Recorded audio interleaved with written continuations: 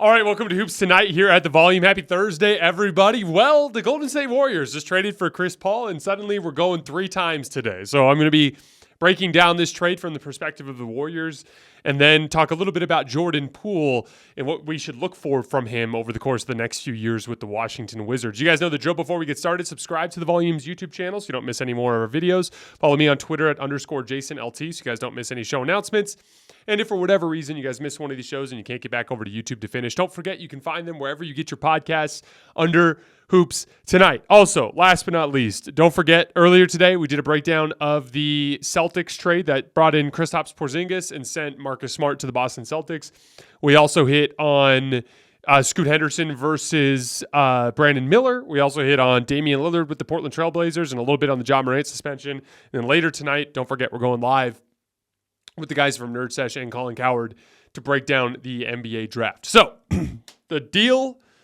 the machinations of the deal send Jordan Poole to the Washington Wizards, as well as a heavily protected first-round pick, top 20 protected, and a second-round pick as well. Reports show that the Warriors intend to keep Chris Paul and use him on their basketball team. No intent to waive him, at least at this point. I thought this was a truly bizarre trade from the standpoint of the Warriors. These are two big-time conflicting basketball identities that are going to have to fit together. So let's start there and kind of branch out. So Chris Paul is a very high-volume pick-and-roll ball handler. He only played 59 games this year and still amounted 1,134 pick-and-rolls.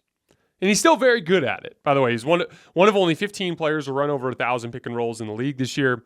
Finished 7th in efficiency on pick and rolls on that list, averaging 1.066 points per possession, which is very good. So Chris Paul is a extremely high volume ball handler who is still very good at it. The problem is only the Nuggets and Kings run fewer pick and rolls than the Golden State Warriors do. They run a motion offense. What does that mean? So instead of dribbling the ball up the floor, spacing the floor properly, and bringing up a ball screen to run, or maybe running something that flows into a ball screen like a ram screen where you screen down for the screener or some sort of off-ball action, most teams in the NBA run that. They just bring the ball up the floor, they space, they might run something that flows into their pick and roll, but they're mostly running pick and roll, right? What makes the teams like the Warriors, Kings, and Nuggets very unique is they usually enter their offense in different ways. So the Nuggets do a lot of post-ups, right, through Nikola Jokic, and they run a lot of dribble handoffs. The Kings run just a ton of dribble handoffs because they want to weaponize Domantas Sabonis and his ability to play make out of that triple threat and fake handoffs and things like that, right? Well, the Warriors, same sort of thing. They typically run multiple non-shooters on the floor at any given time, right? So they'll have Draymond Green out there, but they'll also have a guy like Gary Payton or a guy like Kevon Looney on the floor at the same time. And so what they always try to do is invert their spacing. They don't want to space the floor with those guys because it's just difficult to do. The timing has to be perfect in that pick and roll situation. So typically they like to invert and bring the two non-shooters out to the perimeter and just run a ton of screening actions, usually 5-man screening actions, full-blown plays. They will run down and run sets rather than just free-flowing basketball more than any team in the NBA by a significant margin. And so with the way that they like to play, Chris Paul's a very different type of player to try to cram into that spot. To give you an idea, Chris Paul took a shot coming off of a screen just 3 times all season. Okay?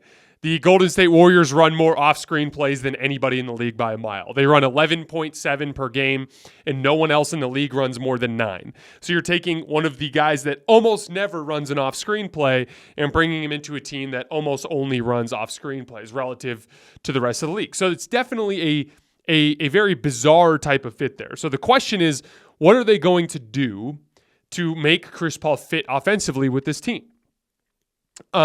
Pick and roll with the Warriors is more of a break glass in case of emergency thing. In a late game situation, they might start running Steph pick and roll. In a playoff series, when teams start to scheme away their sets and ignore their non-shooters, they might start going to Steph pick and roll, but they don't run it very frequently. So the question is, what's going to happen? Are the Warriors going to change the way they run offense to allow Chris to fit? Or is Chris going to change the way that he plays to fit into what Golden State does? My guess is they'll meet in the middle. First of all, CP3 has a bad injury history. He has suffered an injury in the playoff run in 4 of the last 6 seasons. 2 of them he played through and played very poorly compared to what he played like beforehand. And then in the two others, he straight up had to miss games. And so with his injury history, chances are they'll probably just cut his minutes way down. With the Suns, he was still running like 32 minutes a game and still playing 60, 65 games in the season. My guess is the Warriors cut him way down, bring him down to like 55 games, bring him down to like 28 minutes. And if you stagger him with Steph, like if Steph is playing, 35 minutes a game, then that means there's 13 minutes a game when Steph's off the floor. So if you run half of Chris Paul's minutes when Steph's off, then you only have to try to make it work for like 7 minutes a half, right? That's what I expect them to do. So the question is, when they're both on the floor, how will they play? Because my guess is when Steph's on and CP3's off, they'll just play Warriors basketball. And when CP3's on and Steph's off, my guess is they run a lot more pick and roll. But when they're both on the floor, that'll be the interesting element. So like I said earlier, he did very rarely run off-screen plays, very rarely run dribble handoffs. He only ran 33 dribble handoffs all year, while the Warriors were third in DHO frequency. But he's a very good spot-up player. Chris was one of the best spot-up players in the league this year. He averaged 1.29 points per possession in spot-up situations. That ranked 6th out of 257 players to log at least 100 possessions, and Steph was second on that list, right? Steph is obviously the best shooter of all time and was the second best spot-up player to log at least 100 possessions last year. So what I expect to happen is when they're both on the floor, they'll probably lean a little bit more into the pick and roll side of their offense. For starters, I think that's a direction the Warriors have needed to go for a while. I think they've leaned too heavily on their motion offense at times. Running more pick and roll over the course of the season, even with Steph, will help them be better prepared when they have to lean heavily on pick and roll in the playoffs, which they inevitably have to do. Also, Steph and Chris, in their inability to play off the ball, at least in spot-up situations, will give them the ability to play pick and roll with each other on the floor. The question will primarily have to do with the defensive end, but we'll get to that in a minute. I do think offensively it will work. I just think the way they'll have to play will have to lean a little bit more towards the way Chris likes to play than the way the Warriors like to play, which may end up being a good thing simply because of the direction the Warriors need to go. The thing that's going to be tricky is, like, I don't know if Chris can run that much. He's like, Chris Paul has always been a player who strangles the pace of games, brings the ball up slowly, gets guys in their spots, and methodically runs pick and roll. Whereas the Warriors are like let's push in transition. If we don't get anything, we're going into our motion. And every one of those dudes is just running like figure eights the whole damn game. Just constantly running off the screens and running and running and running. And again, with that inverted spacing, what they're hoping is by bringing the bigs out to run dribble handoffs and set wide pin downs, they're bringing the screen defenders out, right? Because they have to show on players coming off of screens and shooting. And that's just an interesting situation to throw Chris in because he's never been the guy who flies off a screen and takes a shot. Jordan Poole would. Steph Curry would. Klay Thompson would. And so that's why I think they'll probably lean more into pick and roll when Chris is on the floor, even with Steph. But there is a lot of potential upside here. Like I mentioned before, the Warriors almost always have to default to Steph high pick and roll in the late playoff rounds. And CP3 just gives you a better opportunity to lessen Steph's workload, right? You're taking some of those responsibilities off of his plate and allowing him to take more possessions off.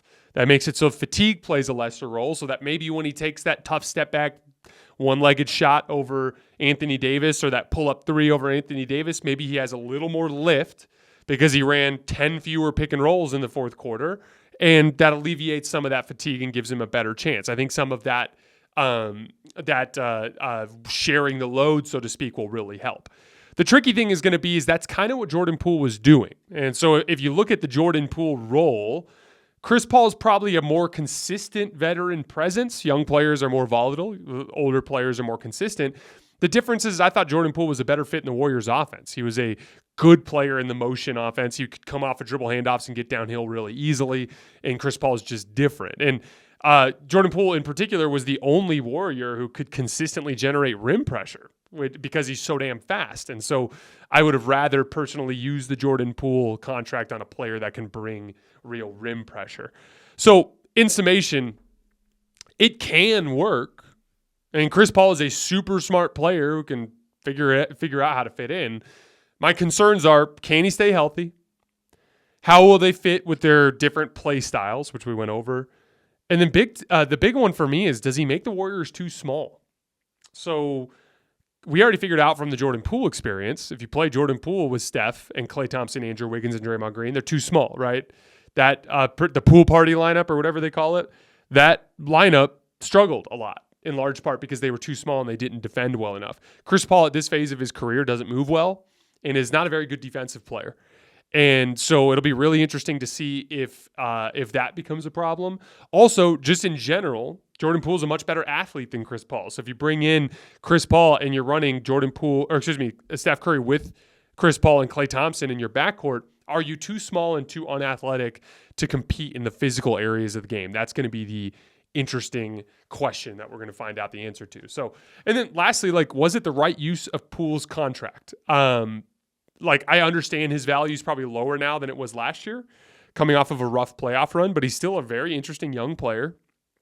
And yeah, he's going to make a lot of money, but we're heading into a stretch where the NBA salary cap is going to go up significantly in the next few years. So is it actually kind of a decent deal to have a player like that? And would it have been better off, would the Warriors have been better off trying to, make a move for a bigger forward that can slot between Andrew Wiggins and Draymond Green, give them a better chance to hang physically with teams, and give them a better opportunity to generate shots through something other than a primary ball handler from the perimeter. So a guy who could turn his back to the basket and back people down and get easy shots that way. That would have been the direction that I would have gone, as you guys remember me talking about this summer. I really wanted them to, even if it meant be patient, wait till the deadline. Maybe you wait till the deadline and you can make this same deal for Kyle Kuzma, or something along those lines. But this is the direction they went, and so we're going to have to see how it works. And again, really smart franchise, really smart player. They'll probably find a way to make it fit on offense. I'm more just concerned about their overall size and athleticism issues, especially in a Western Conference that's dominated by the Denver Nuggets. Last but not least, the Jordan Poole to the Wizards side of this trade. You guys know how I feel about young basketball players.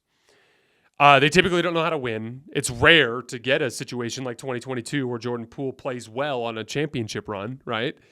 And obviously Jordan Poole has demonstrated that he can succeed in a winning concept, but young players are inconsistent, doesn't surprise me really all that much that 1 year after Jordan Poole plays well on his way to a championship, he struggles on his way to losing in the second round. It's because he's a young basketball player. They struggle to replicate success and to avoid failures. They're young, and over time, you get better at learning to avoid failures and learning to replicate your success. So it's better for players like him to be in low-stress situations on bad teams that have no expectations. And so he can go to the Wizards, and he can run 1,000 pick and rolls next year, 1,500 pick and rolls. And he can really learn how to manipulate NBA defenses through trial and error, by making mistakes, by having awful games. And he can do that for a few years, and then the Wizards can find out at that point if he's capable of being a foundational star. It's just too hard to find out on a Warriors team that rightfully would bench him when he was struggling because they had championship aspirations. Most players are afforded the luxury of learning how to play basketball in a low-stress situation before they play in high-stress situations. Guys who get drafted by winning teams like that, they typically have a much different path. And Jordan Poole, credit to him, he's found a way to succeed with the Warriors for stretches, but this will be a nice little stretch for him where he can, for a couple years, just learn how to play the game at a professional level with no stress. He has one truly elite skill, and that's his ability to beat people off the dribble. I always like to look at a foundational skill with a player. If they're not great at anything, it's going to be harder for them to reach a really high ceiling. And with Jordan Poole, he's just so damn fast that as he puts on a little bit more muscle mass, works on his rim finishing, learns how to make reads at a higher level, improves his pull-up jump shooting, that will all supplement his ability to beat people off the dribble and make him better. And then obviously over the years, he's just going to have to learn how to little by little become a better defensive player. But I actually really like this move for the Wizards. More details came out on the Bradley Beal trade. It turns out they got 4 first-round pick swaps out of the deal. So the asset return on that deal is a little better than it looked. I think they'll re-up on Kyle Kuzma, and you just run the team through Kuzma and Poole for a few years and just see which one of those guys are worth building around in the future. All right, guys, that's all I have for right now. I'll see you later tonight for our live draft special.